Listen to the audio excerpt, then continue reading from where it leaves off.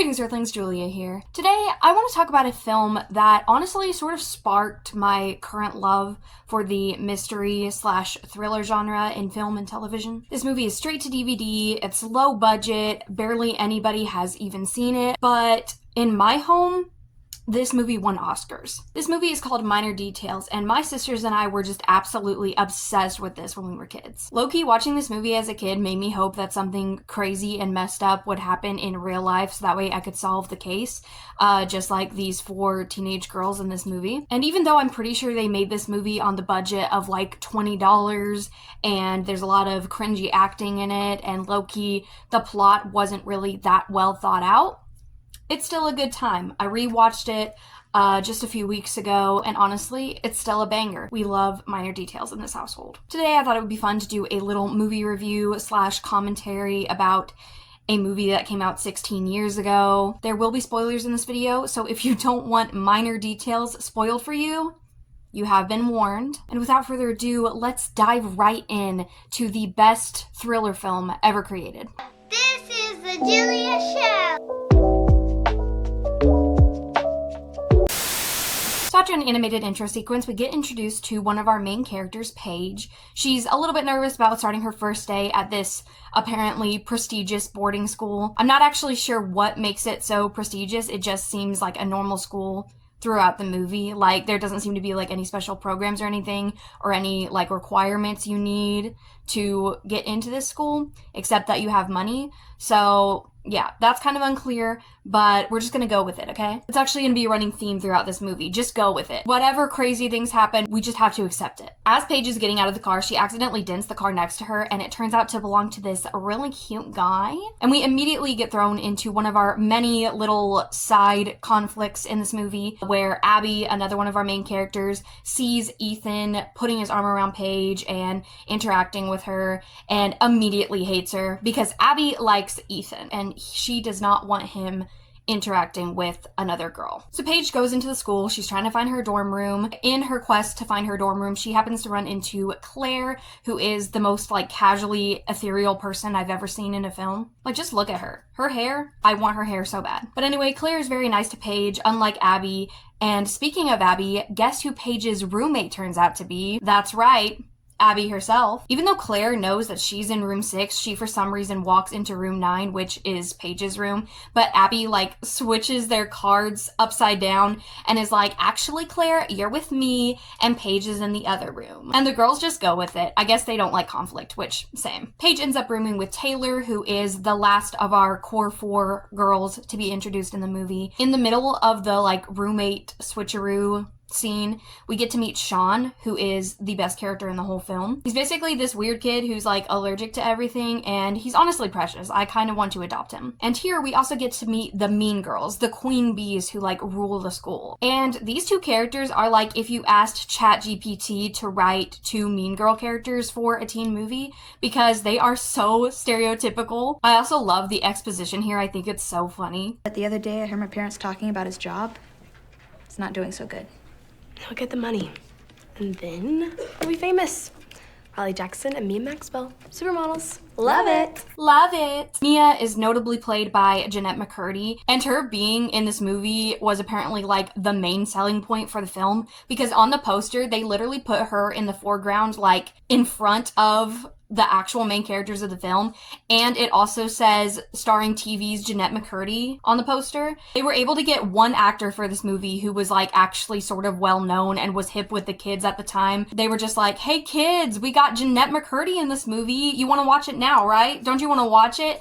No, she's not actually the main character, but like, she's sort of the main character. She's there. It's honestly giving that new Smurfs movie where literally all the marketing is just, Rihanna is Smurfette. It's that exact same energy. Anyway, we later see Mia and Riley having a little conversation in the hallway. Sean, our beloved, runs right into them, and they insult him in the most typical bully way possible, of course. Ew, I think he actually touched me. Sorry. Gross. It's the ragweed. You're the only weed around here.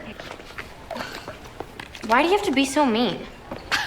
Because it's fun. Mia then gets interrupted by a phone call, and this phone call is going to be very important later, so just take this scene and put it in your back pocket and remember it. It's going to be important. Later that night, we see a shadowy, mysterious figure roam the halls and then put a note up on the school bulletin board. We'll find out what the note says later, but for right now, we've got to see some of the racist stuff that they decided to add into this movie for some reason. So Abby, Claire, and Paige are all on the soccer team together, and their coach is an Indian man, and the music they decided to play every time this man opens his mouth. Our first game is in 2 weeks, and I want everybody in shape. And you know what that means? Eating healthy, getting plenty of sleep, and most important, drinking lots of water, okay? Hydrate, hydrate, hydrate. That was definitely a choice, for sure. We later find the girls in the lunchroom. The mean girls once again walk up to the core force table and start making fun of them for eating healthy food. Health food? Gag me. I don't know why she is disgusted by this girl eating healthy food. She's like, ugh, an apple? Gag me. The dialogue in this movie is just pure gold. Instead of eating disgusting healthy food, Mia and Riley decide to go get food from the vending machines, and it's here that we find out that Mia actually has a key to unlock the vending machines and get whatever snacks she wants out of them. And we don't know how she has access to this key yet, but we will find out later, and it will be important. This is a very noteworthy moment. Again, keep this in the back of your mind or remember it for later. It's going to come back. Later that night, Claire shows Abby the note that was left on the bulletin board, which she found after this dumb idiot knocked the bulletin board over and everything fell to the floor. They both chalk it up to just Emily, the principal's annoying little daughter, pulling a prank on people, and decide not to think much of it. The note is very ominous though, and honestly quite poetic. It says, cheerleaders are ick and they're going to get sick. This note holds unfortunate news for our girl Taylor because she's actually on the cheer team, and so are Mia and Riley and these two random baddies who are apparently best friends with Taylor, but we don't get to learn anything about them throughout the movie. It turns out the note was not just a prank. All the cheerleaders at the school end up getting sick. I thought it was really funny that they all just happened to get hit with it at the exact same time, one by one. I don't feel so good. I think I'm gonna... Hey, wait for me. Is this room swaying?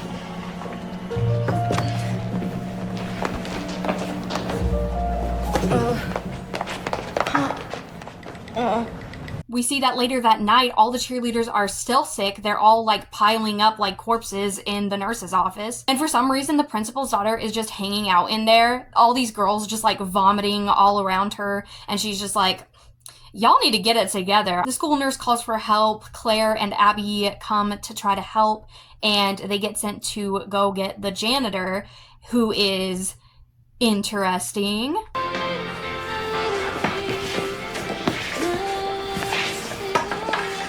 You know it's real, baby.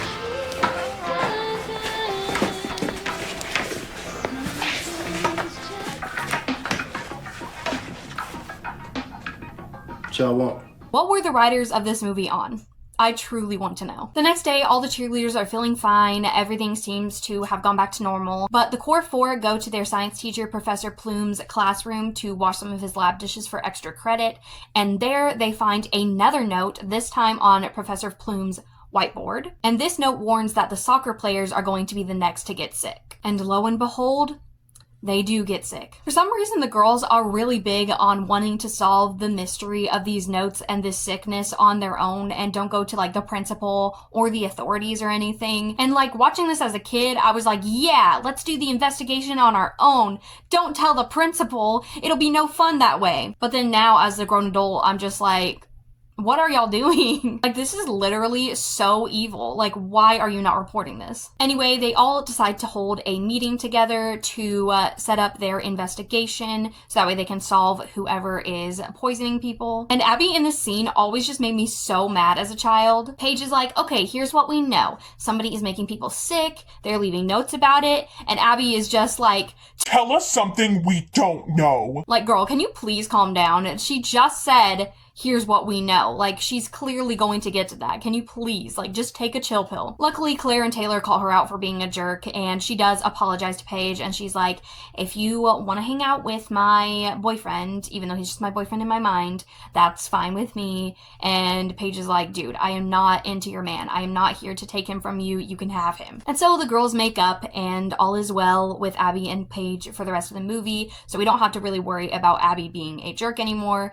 which as a kid, I was just like, thank goodness. And I was so happy that people were like calling her out for being mean, because I was an Abby hater as a kid. Anyway, now that the girls have made up, they proceed with their meeting to set up their investigation, and they write down the list of possible suspects for who could be making people sick. They write down Sean because they think that he will want to make other people feel what he is feeling since he's always sick. He's always getting made fun of for it. They write down Emily's name because they think she might be like pulling a prank on people, and also she might want to get revenge on all the big kids for not like accepting her. And they also write down Professor Plume because, well, he's weird, I guess. They say that he has motive at one point, but they actually never establish what this motive is. They're just like, that note was on his whiteboard, and he hates when students leave early from class. And then Taylor's like, you're right, he has motive and opportunity. And I'm just like, what motive? Literally, what motive? Y'all never said one. Just because this guy gives off weird vibes doesn't mean he wants to poison his students. But I digress. And with their suspects written down, these girls are ready to investigate and solve the case. We find out the next day that people are starting to avoid the cafeteria because they believe the food is poisoned,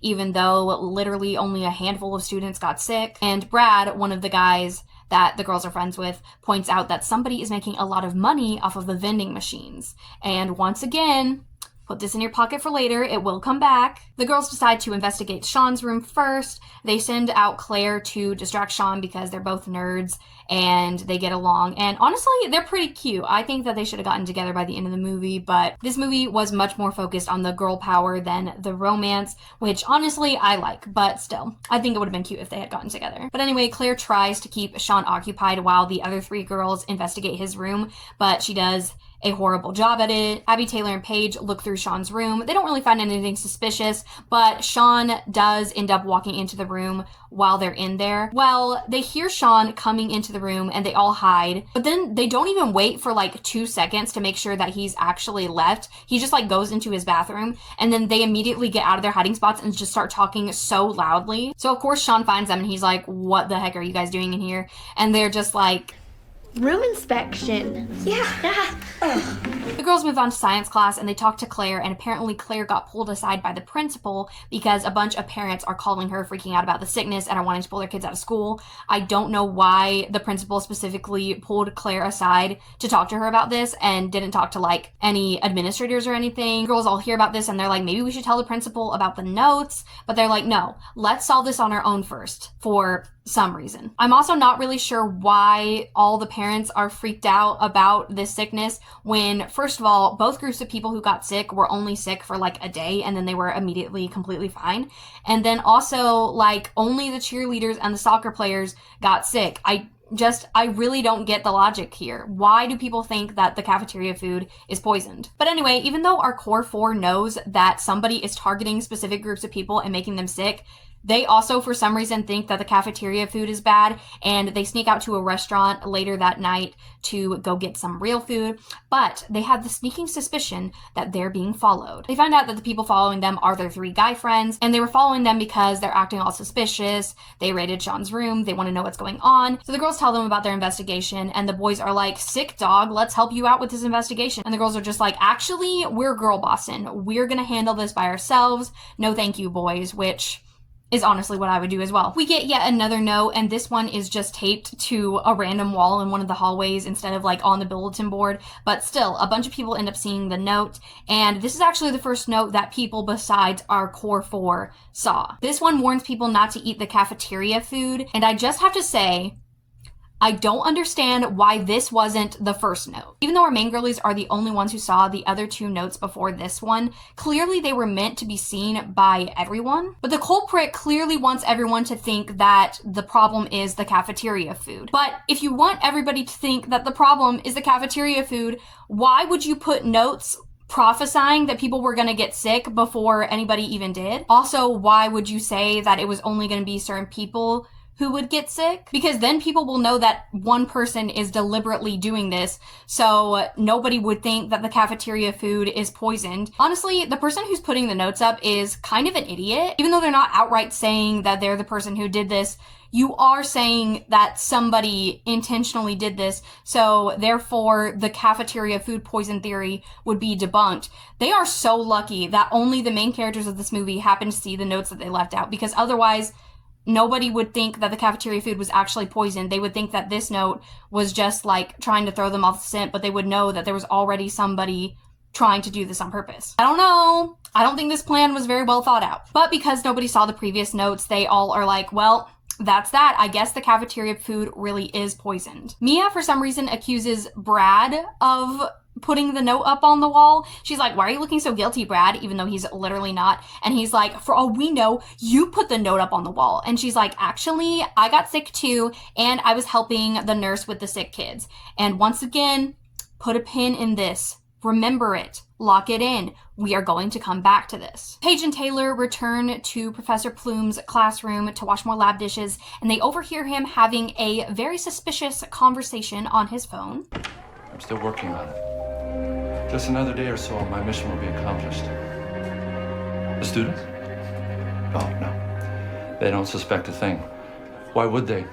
The girls all decide to confront him after hearing this phone call, but before they can, they actually find out that he was just talking about choosing specific students for the school, like science fair or whatever, and so they rule him out as a suspect. So now everyone's getting sick, the cafeteria remains uninterred, everybody is eating from the vending machines, and can we quickly touch on this diva in green waiting in line for the vending machines? She really said, if I'm only gonna be on screen in this movie for 5 seconds, I'm gonna give it my all. But yeah, anyway, everybody's getting sick, people are being pulled out of school, once again, people are just piling up in the nurse's office, and imagine how awkward filming this scene must have been. We see all these kids like hunched over, like retching on the floor, but there's no like actual vomit, and everybody's just like groaning, and it's so disturbing. The girls move on to their next suspect, which is Emily, and for some reason when they walk into her room, they're like, wow, this is not what I was expecting. This is not what I expected. You just never really know a person until you break into their room. I know. And at first, it sounds like they're being sarcastic, but then no, they're completely serious. And I don't know what about this girl's room is so shocking to them. They also continue to be just the worst investigators ever. They're throwing stuff around in her room. They're leaving stuff everywhere. They are clearly leaving traces that they've been rifling through her room. They're also talking loudly, and they have the door open. They are taking absolutely no precautions at all to make sure they're not caught. And so, of course, they're caught. What are you guys doing? Emily walks into the room like 5 seconds after they started investigating, and she's like, you guys think this was me? It was not me. And then they're all like, okay, we believe you. And so they rule her out as a suspect as well. That night, as the girls are hanging out in one of their dorm rooms, they get yet another note that tells them to stop their investigation. They suspect that this note is from the boys because they're the only ones who know that they've been investigating the notes. The next day, we're at soccer practice. During the soccer practice, we overhear an important call from Mia's dad. Hey, Dad. Yeah, the vending machines are almost empty. Oh, me? No, I'm feeling fine. Okay, then I'll see you tomorrow. The main girlies don't hear this though. They are too busy going after the boys who they see hanging around outside of the school during soccer practice, and they just like straight up leave and go to confront them. We know you threw that pine cone into our room. I thought you said they were out of the room. I thought they were. They find out, though, that the boys actually aren't the ones doing all the sickness and everything. They find out from Sean, though, that the only reason the boys wanted them to stop their investigation was so that way they could solve it themselves and impress the girls so much that they would want to go to the dance with them at the end of the year. I don't know why they thought this would work, because the girls clearly told them that they wanted to do the investigation on their own. That night, they continue the case. They lay out all the notes side by side. They start comparing them, and Claire notices something that nobody did before, and now they know who the culprit is. The girls hatch a plan to catch the culprit. They fake a fire drill so that way they can clear out the school, and they enter somebody's room and collect a box found under the bed for evidence. We don't know whose room this is yet. We don't know who the culprit is yet. Only the girls do. The next day, the girls spy on somebody who is clearly tampering with the waters for the soccer team, and they switch out the waters. After soccer practice, all the team gathers around in the gym. The girls pass out waters and offer one to Mia, but Mia refuses to take it. But the coach is like, hydrate, hydrate, hydrate, Mia. And so then Mia is forced to drink the water, and she immediately gets sick. The girls bring the principal into the locker room, and they expose Mia as the culprit who is making the entire school sick. The other day I was collecting lab notes, and Mia's writing is so perfect. She puts this little squiggly on her letter A's. We were looking at the notes in our room, and I saw that squiggle. So the phone call Mia got at the beginning of the movie was her mom telling her about her little brother eating some like poisonous berries in their backyard, and the mom gave him something called ipecac to make him throw up. The girls remembered that Mia said she'd been helping the nurse with the sick kids in her office, and the nurse had actually been missing some bottles of ipecac from her cabinet. And you know that box that we saw under somebody's bed earlier? That box was Mia's box. It was under her bed, and it contained the missing ipecac. Mia had put the ipecac in the cheerleaders' water and the soccer players' water. They don't explain how she got the rest of the school sick. I still don't understand that part, but somehow she ended up getting everybody else sick as well, and she convinced everybody that the cafeteria food was poisoned, so they'd be eating from the vending machines, which are owned by her father. That's right, her father owns all the vending machines in the school, and with the money that Mia's father would make off the vending machines, Mia was hoping that her father would have enough money to send her to supermodeling camp, which was apparently a thing that might not happen for her because like her dad was broke or something. But her plan failed because she was an idiot and left notes letting people know that somebody was deliberately poisoning people instead of just, you know, letting people get sick without leaving notes and then telling people that she thought the cafeteria food was poisoned. So of course, Mia ends up getting expelled, right? I mean, she did poison the entire student body. Well, actually, no. Mia doesn't get expelled for some reason. She just basically becomes the new janitor because the other janitor refused to do his job, and she also doesn't get to go to her modeling camp. Yeah, as a kid, for some reason, I didn't really question this, but now I'm like, girl, why are you still allowed to go to this school? But anyway, the day is saved. People are no longer getting sick. Taylor becomes head cheerleader, which is what she wanted since like the beginning of the movie. Abby and Paige are getting along, and the girls get their guys. And that's basically minor details. This movie doesn't make a whole lot of sense. It left me with a lot of questions, actually. But at the end of the day, it was a big part of my childhood.